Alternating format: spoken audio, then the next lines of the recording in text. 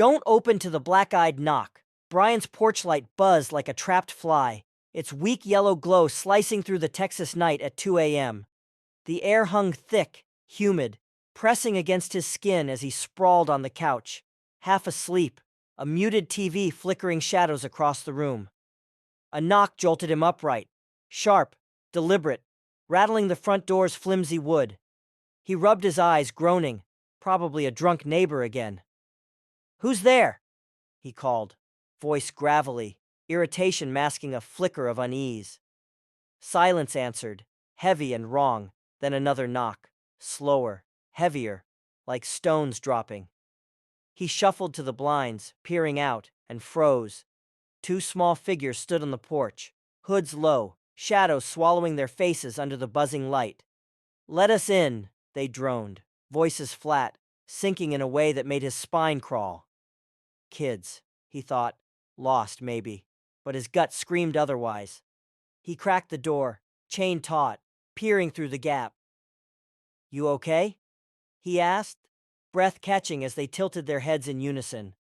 Hoods shifted, revealing eyes, black, endless voids, no whites, no reflection, just holes staring through him.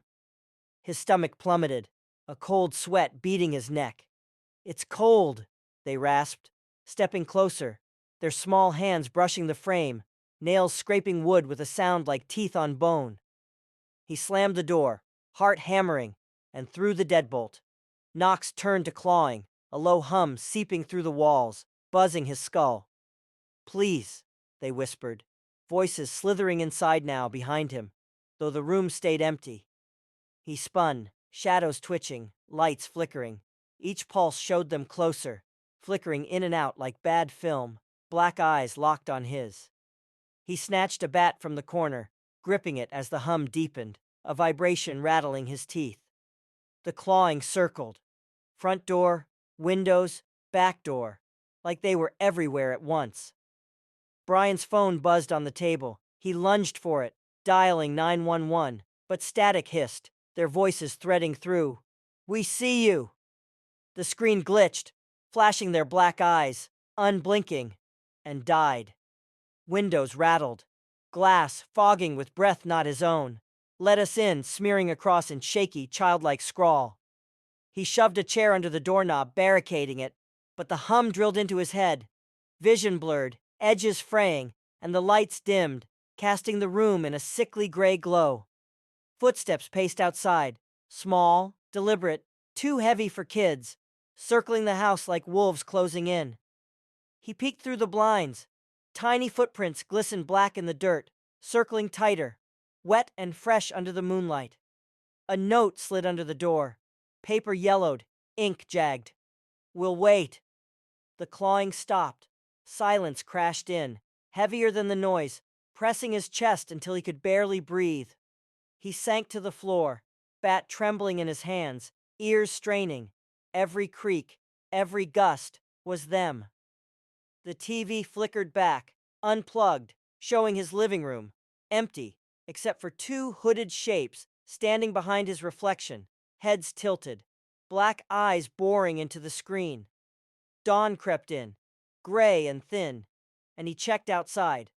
Footprints ringed the house, a perfect circle, the note gone.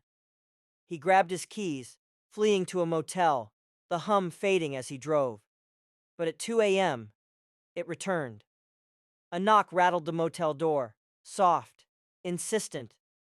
He peeked through the curtain, and there they were, hoods low, black eyes glinting under the neon sign. "Please!" they droned, nails scraping glass, and he stumbled back, the room's shadows stretching, curling toward him like claws. He barricaded again, but the hum followed, low, relentless, a pulse in his bones. He ran again, town to town, motel to gas station, but the knocks tracked him, always at 2 a.m., always those eyes. Locals whispered of them, black-eyed kids, seen since the 90s, begging entry, vanishing with a chill that lingered. In a diner one night, he spilled his story to a waitress, voice shaking. She smirked, sliding a coffee that stank of rot. "They don't leave," she murmured. her eyes flashing black, then normal, too quick to trust. Brian bolted, highways blurring, but the hum grew, a shadow flickering in every rear view, every window. Years later, he collapsed in a nowhere town, a shack with no neighbors, no lights, just him and the dark. At 2 a.m., the knock came, soft, patient, and he didn't look, didn't move, just clutched a cross he didn't believe in. Footsteps circled outside, slow, endless, and a note slipped under. "We're inside." He spun. Empty room, but the hum was louder, closer, vibrating from his chest. Dawn found the shack silent. Neighbors saw him next, wandering, eyes wide, muttering about knocks, shadows trailing him like smoke. His story spread. Don't answer, don't look, but the kids wait still, their black eyes hunting.